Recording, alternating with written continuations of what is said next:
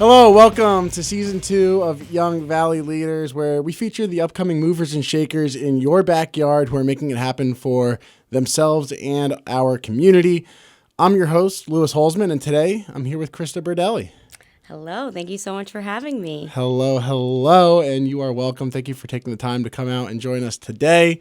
We are going to dive into what being a leader here in the Valley means and how do you get there as a young individual spurring out of your career. I think you're a great individual to talk to that. No matter where we are in the Valley or wherever I go, at least from a business networking community standpoint, you were either there or there's people that I meet there that know of you and you get brought up. It is pretty incredible because I find myself out and about pretty frequently, and I think there's few people that do it more than I, and you may be one of them. So props to you for that. A little bit of a background here.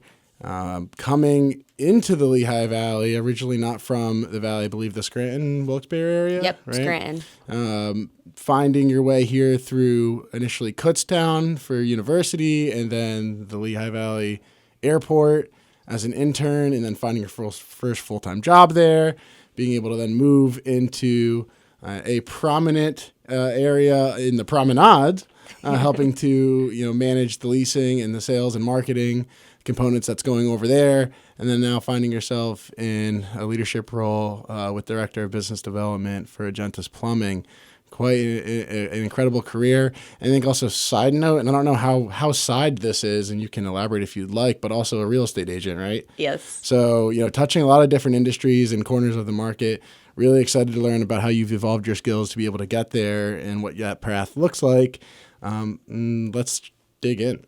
Yeah, well, you nailed it on the head. You know my background, and I love it. So, yeah, I'm from the Scranton area, and I went to school at Kutztown. I honestly did not know about the Lehigh Valley. I just drove through when I would go to Kutztown. And when I was in my sophomore year, I was an honor student, so I had to do community service hours. And so I just, gave some time when I was at the career fair that they did over here at the Briningsville. It was the Holiday Inn, I think, at the time, but now it's the Delta. And I was like, you know what? I'm just going to go walk through. Whatever. Why not? I had a resume that had nothing on it. I worked at Chuck E. Cheese and Annie Ann's. So I was like, let's see how this goes. And a woman actually stepped forward. She saw I had a sticker on and it said marketing. And so we started chatting. And after that, I did an interview, and it was for the airport. I was like, when am I going to find out if I'm going to get the position or not? And they were like, we have interviews all week. We'll get back to you. Come to find out, after they did hire me, I was the lone person that applied and they interviewed. And so I think I just automatically got the job. But that then turned into me actually leaving the summer after to go do an internship with Target because I was a double major, and found out exactly what I didn't want to do, manage Betty Lou, who is retired, and you're trying to get her to hit these sales goals. And she's like, I'm just here to get out of the house for the day. Then the airport was so gracious to let me come back. And ultimately, upon graduation, I had 2 job offers. I will say Target was substantially more, but I saw the value in what the airport brought and what the Lehigh Valley community was. So I decided to move out here after school rather than going back up to Scranton. Stayed there for a few years, loved it. I definitely made my mark there, and I really enjoyed the people that I worked with. It was a great starter job for me. Most people know government moves pretty slow, so it was a good transition from school. And then found myself during COVID, I just needed more. I needed to do something. I couldn't stay in the house, so I'm like, let me try and get my real estate license. And so that's ultimately when I got it. However, I didn't hang it for a few years, actually until I was in my role at the promenade shops, because I was taking on that leasing and learning all about that side of things. So I still have not sold a house. I have not sold anything yet. It's coming. I'm ready for it. I need it. I have a goal for this year to do that because obviously now I'm full-time at Agentis Plumbing. So that's something that I'm just doing on the side. But my role at the promenade was awesome. I learned more than I ever thought that I could. And then I was approached with a job with Agentis Plumbing in a service-based role. Didn't really know what that was going to be like. And every day I am learning something new. Yeah, I'm sure. Do you see much cross-pollination between the 3 different industries that you've been in, or 4 even? Like, is there too much that you've taken from one to the next that's directly applicable, or is it pretty new waters being charted every time? There's both. I'll say the main thing that I take from industry to industry is the people, right? So always making sure that you have good relationships with people. But for example, at the promenade shops, we had a bowl fountain that you could, throw a penny in, make a wish. I knew a lot about it just because we had to maintenance it, and it was kind of a pain in the neck. And today I was at St. Luke's campus, and they have a bowl fountain there, and they were talking to us from the plumbing side, like, what can we do and things like that. So there's definitely some cross-pollination. Interesting. That's probably something that you never really thought of being something that would cross over from one to the next, but it's one of those little tweaks of knowledge that you're like, actually, I know a little bit about this. Yes, exactly. So it is good when I'm able to give, my feedback on it, because right now I was saying I have the case of like new job syndrome, where I don't really know. I'm just taking it all in. I'm now 9 months there, and you'd think like, you got to know some stuff. And I do, but every plumbing job is so unique and different. Like, it's not replicated. So I'm learning a lot. Yeah. Kind of taking it back before all of that.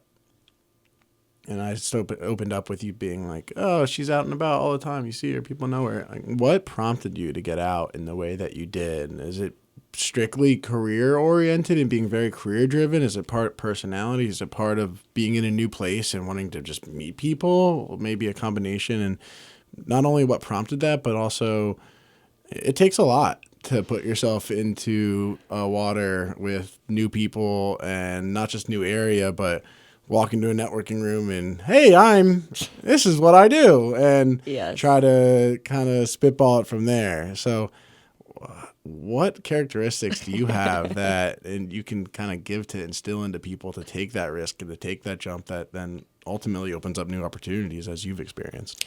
Yeah. So what originally brought me to it was just being from Scranton. That's not home, or that's home. This is not home.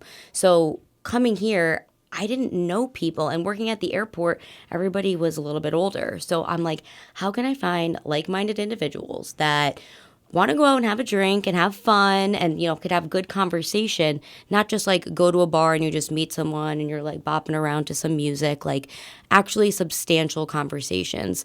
So I went to my first ever Young Professionals Council free meet and greet event that they did actually at House and Barn. I'll never forget it. I was absolutely terrified.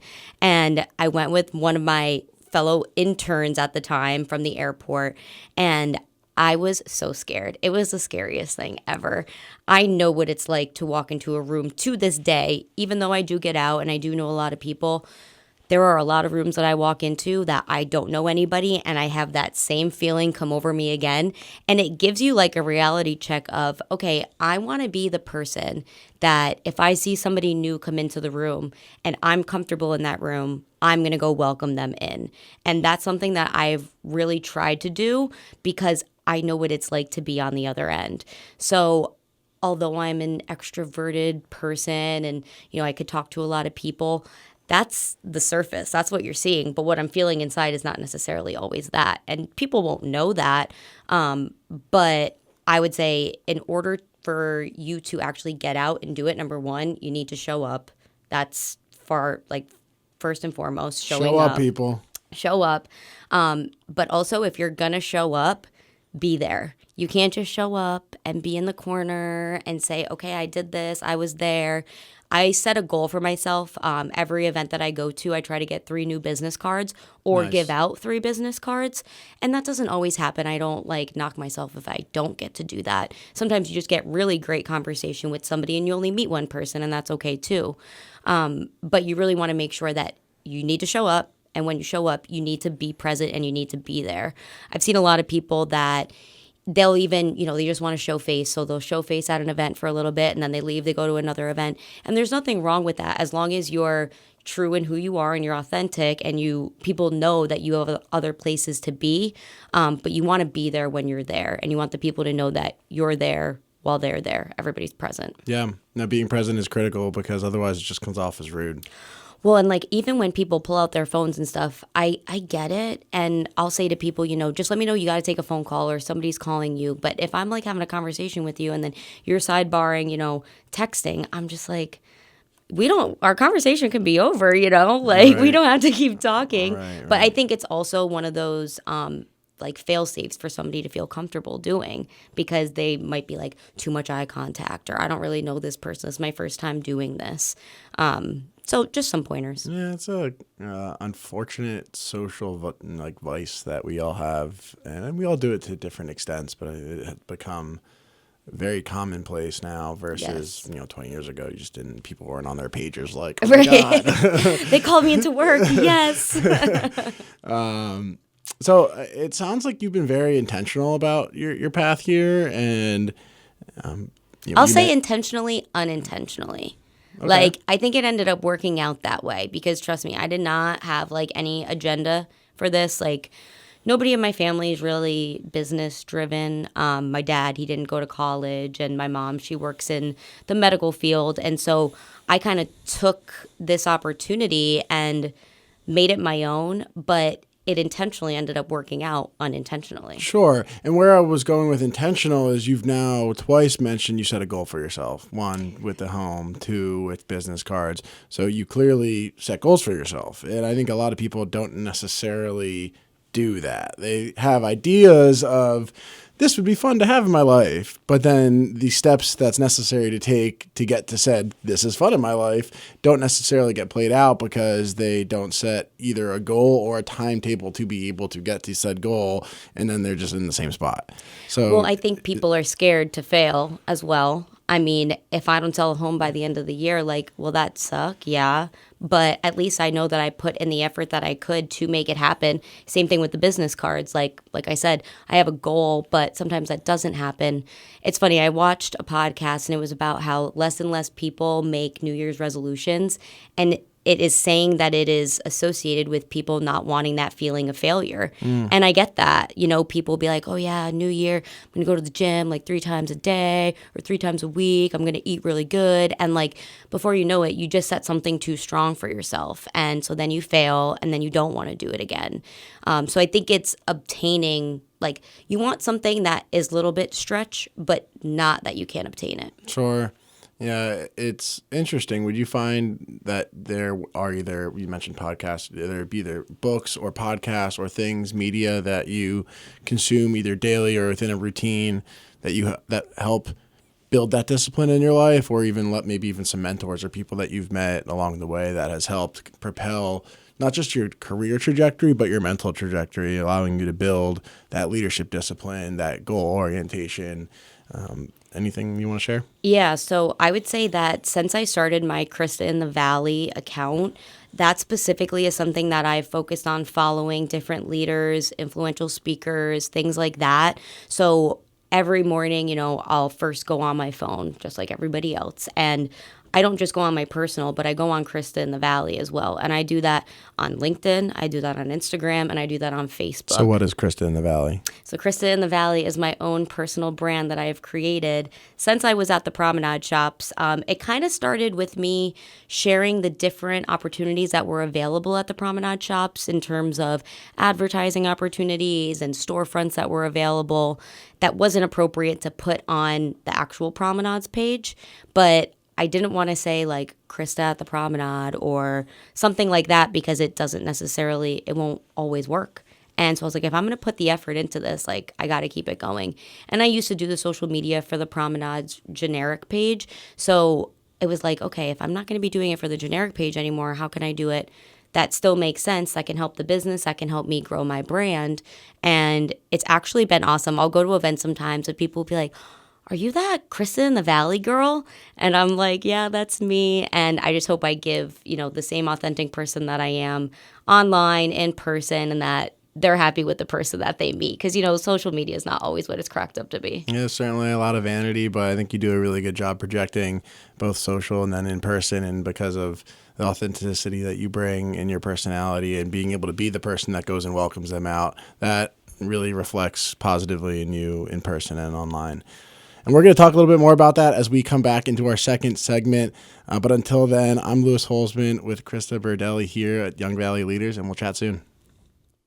All right, and we're back here with Krista Berardelli on Young Valley Leaders. We're talking about plumbing. We're talking about the Lehigh Valley. We're talking about what does it mean to be a leader and step outside your comfort zone and actually show the heck up at events and be present while you're there.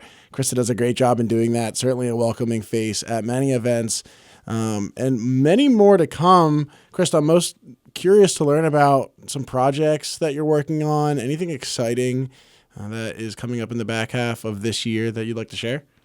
Yeah, so from a personal standpoint, my dad actually passed away in February of this year. He had benign brain tumors. It's kind of been a struggle of a life, for the later half there. So sorry.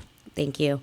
And so I'm going to start a foundation called Rock to Remember, where he was a rock star. So he was a singer, drummer, like tight leather pants, the bracelets with the studs on them. Oh, yeah. He was a stud back in the day. That's awesome. And you're a musician yourself. Yeah, absolutely. Yeah, so you really get it. For sure. So What was his band name? He was in 8 different bands. Okay. Yeah. One was called 911, Snow Dog, Starstruck, just so many different ones. It was 80s hair metal type of stuff? Yes. How you pictured the leather, then I was like, it's got to be 80s hair metal. I'll have to send you some photos to add to this somehow. Okay, yeah, I'm sure we can. It's funny. So, so I'm going to start this foundation called Rock to Remember. I'm in the midst of it right now. And we're going to basically have an event that we're going to have local bands be able to perform and just raise money for research for benign brain tumors. But then also, I think I might add a scholarship component in there for students that are looking to get into the arts and music, to go to the charter arts or maybe get a new guitar or something like that. Very cool. When are you hoping to launch the foundation and get the event moving? So his birthday was July 17th. So I really want to try and have that as a start date of bringing in donations and things like that. But I'm thinking that it'll probably be a next summer actual event once we have some funds that come in, get the word out there. Kind of get the infrastructure down and Exactly. just really set up to make a big bang in 2026. Yeah. I mean, I planned so many events at the Promenade. I know what it takes that goes into it, and I want to make sure I do it 120%. Yeah, it's not something that you want to... I was going to say half-assed. I don't know if that's appropriate here. But it definitely is something you want to go all out on. So keep me posted. And I will. Keep us posted. We'll add some level of link or association with to this link online. Cool. And the dates to follow. I appreciate that. Yeah, of course. It's got to be a very... you alluded to a challenging time over the course of years for your family, but then just... it ending however it ends is never necessarily fun. No, the brightness in it is that a lot of people say that I have the personality of my dad, especially my mom. She's like, Krista, I need to just, when we go places, I need you there. You're just the person that could talk to people, make people feel comfortable. And that's exactly what my dad was. So I'm just hoping to shine that light continuously for him through myself. Yeah, you keep people alive through being you and what they are. Inside of you is a whole lot of who you are, right? Yeah. So. Well, and I care. I mean, you meet a lot of people nowadays, and I always say, if somebody's going to put in the effort to help fill my cup, I'm going to put the effort in to help fill theirs too. And sometimes that might be a conversation you don't want to have or, whatever it might be. And it's all about being true to who you are and how you can go to bed at night and be okay, did I give 100% to every person that I came across today? Because they say that there's that effect where you literally walk by people and you don't even remember seeing them. You've looked at them and then maybe they'll show up in your dream because you've seen them in person, but you've never really even acknowledged.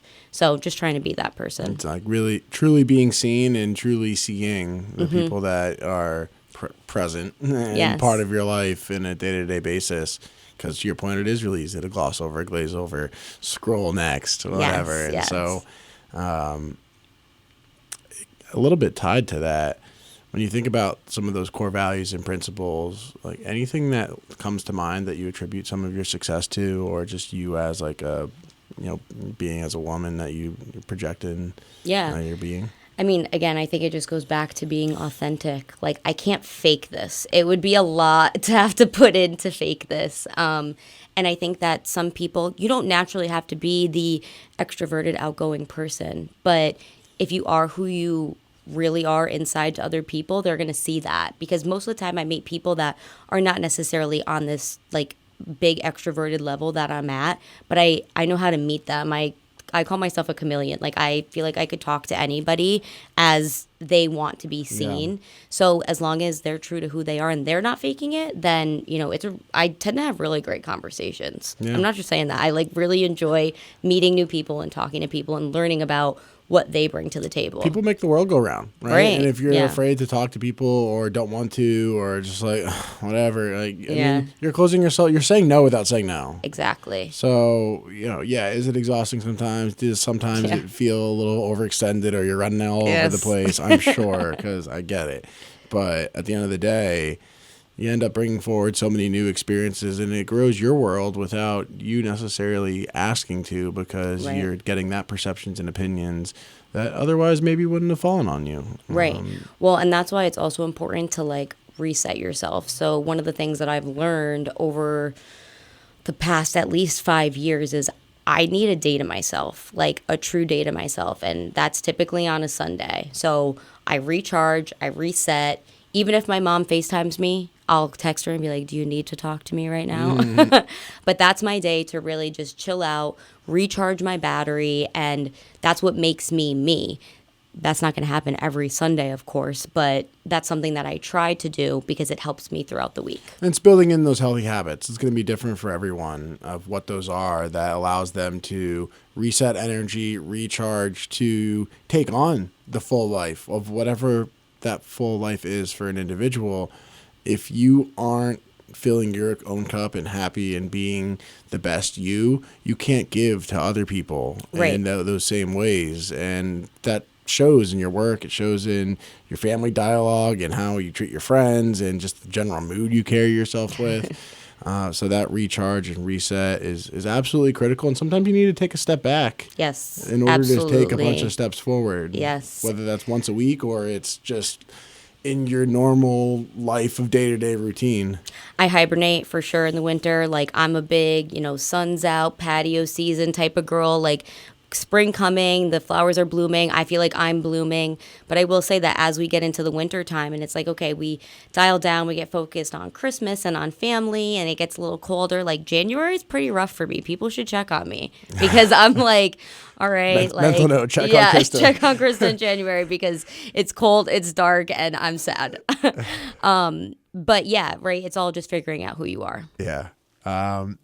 So, I mean, how do you do that in any tactical or practical ways, balancing career, balancing family, work-life balance? You have your Sundays that you go through, but is there any, whether it's little tips or tricks or, mental mindsets, meditations that you go through that really allow you to not just reset your mind, but truly clear your physical and mental schedule to be able to handle the entirety of everything you're involved with? Yeah, so I would say I'm a big checklist type of person. So if there is something that I need to do or I want to do, I will have index cards around my house. My boyfriend is probably annoyed by seeing them because I give them to him now of things to do. Nice. It's a team. Yeah, right.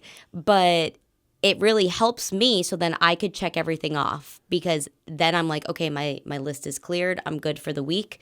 I will say I don't meditate. I don't really read books. I'm into reality TV, murder, mystery, that type of stuff. That's great. But that's my way of, closing off and allowing myself to breathe and do that stuff. Because most of the time during the week, we all slave our jobs 9 to 5, right? And then a lot of times after that, I'm going to these networking events and I'm still on. And then I'm out with friends because I want to be there, but you're still on. And then I just need some time to watch my murder mystery and not talk to anybody. Yeah, that's fair. So earlier in the segment, you said intentionally, unintentionally pushing yourself where you are in your career. whether you directly were like, I'm going to be a leader here or not. I think a lot of people look at you in leadership roles and look at you as a leader and a figure. I certainly do. Thank you. So what does that mean, though, to you, to be a young leader here, emerging in your career, as well as then looking into some other mentors that you look up to of where you may want to go? Like, what does that mean for you? It means I can't put it into words, honestly. I never saw myself even where I am today, like even sitting here doing a podcast like this. Again, I did not have an agenda. I did not know what I was going to do. I went to school undecided. I actually almost got into school at Misericordia to do occupational therapy. Nice. Imagine that. I went to school for sports medicine. Right. So it means so much that people even view me in this role. Caveat to that is my mom would always say that I was the girl that'd be like leading the little dance routines, or like when I would do baton twirling, like I always wanted to be like up in the front teaching, helping the girls. There you go. So I think I always had that like leadership quality, but I didn't recognize it in the sense of a business world. It was just more of like cheerleading and dancing and things like that. But I also wouldn't be here without the people that believed in me. I mean, right off the bat, I'll say Darren Betters from the airport. He was the first person that really took a gamble on me not knowing anything as a sophomore coming in. I learned a lot, and he really like stuck by my side and helped me. And beyond that, there's just been so many other people that have been a part of my growth and again, believed in me, because I'm very much the type of person that will ask a lot of questions. I want to learn a lot of different things, hopefully retain most of the stuff that is told to me, but it takes a lot to really get there. And there's so many more places that I want to go. You know, like I mentioned social media before being like not real life.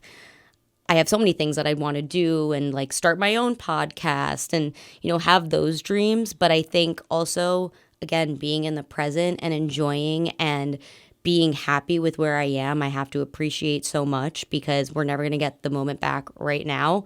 And if you just keep looking ahead and keep striving, you want to be driven, but there's a point when you need to just appreciate what's in front of you. Yeah. And something I've learned is generally direction is a lot more important than speed. And so Absolutely. if you have that direction of where you're going and the vision for that, then everything ends up being on time. I mean, do you want to know my long-term? I would love that.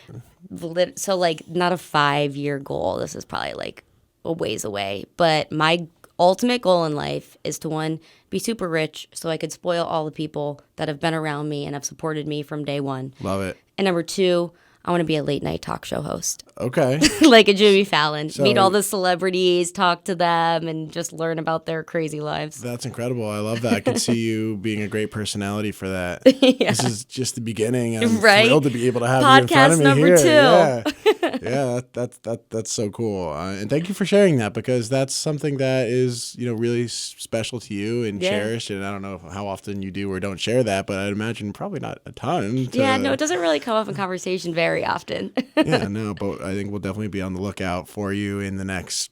Well, I'm going to give you 2 to 7 years. How's that sound? That sounds really close. Yeah, but... well, yeah, you know, like you said, stretch goal. You got to at least throw it out there, and then it'll come around. Yeah. So changing it up a little bit, thinking about, you know, being here in the Valley. What do you do for fun? And maybe it's not necessarily in the Valley, but what are some cool things that we got going on here? Best kept secrets, hidden gems.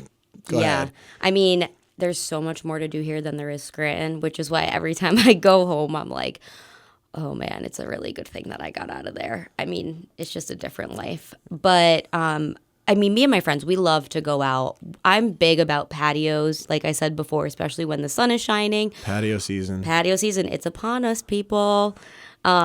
I'm really looking forward to Wanderlust opening. Okay. So that's a really great one. If you haven't been there, That's check over in it Easton? out. Yeah, it's over in Easton. Have you not been? No, I have. It's like it's like a yard outdoors. It has like food truck kind of things going on. Yeah, it's an awesome vibe. Like, just so different than what it's an experience while you're having drinks and food with your friends. There's typically live music, a bunch of photo op areas, just really cool stuff. I love it at Wanderlust. But they close for the season just like me. They're getting ready to bloom. I believe it's April 11th, but don't quote me.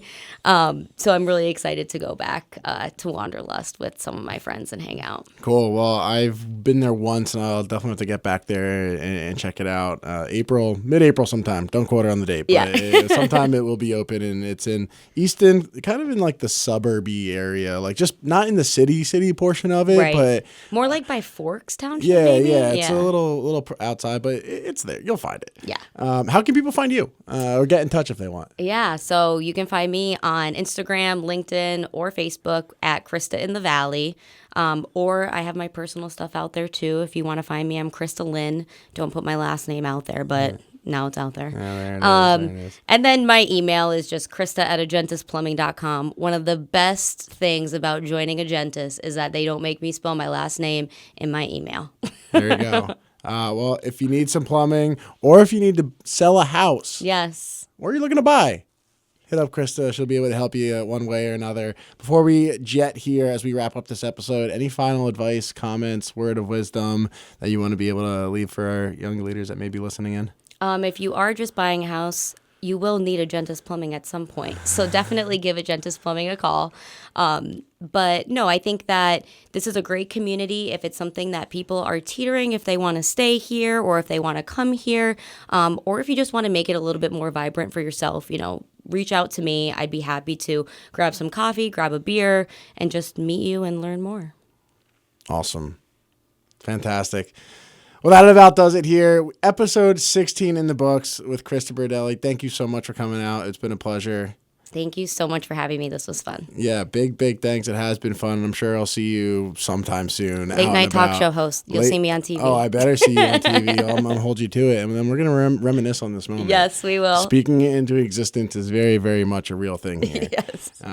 So we welcome any comments or questions from any listeners to this episode. Certainly we'll relay them back. You can find the show airing monthly on WDIY 88.1 FM on the second Monday of every month at 6:30 p.m. So don't forget to listen. Got it. I'll tune in. And forever streaming with all other episodes on WDIY.org, along with Spotify, Apple Podcasts, NPR, and WDIY's YouTube and social media channels. Lastly, a big shout out to some people making this program possible. Lauren Matthews with the creation of the Young Valley Leaders logo and brand. Matt Cajun live in studio with us today, behind the camera, making the interview come to life. And on screen, it is I can't thank you enough, man, for how much you've been able to make this show look polished. So thank you. And James, Seamus, and all of the good folks at WDIY to continue to give us the time, the space, the energy, and the good thoughts to help support and disseminate this show across all of the said mediums, YouTube, Spotify, Apple Podcasts, NPR, and really any other place you find podcasts. Again, Krista, farewell. Thanks for joining in here. I'm Louis Holzman with Young Valley Leaders, and we'll talk to you next month. See you later.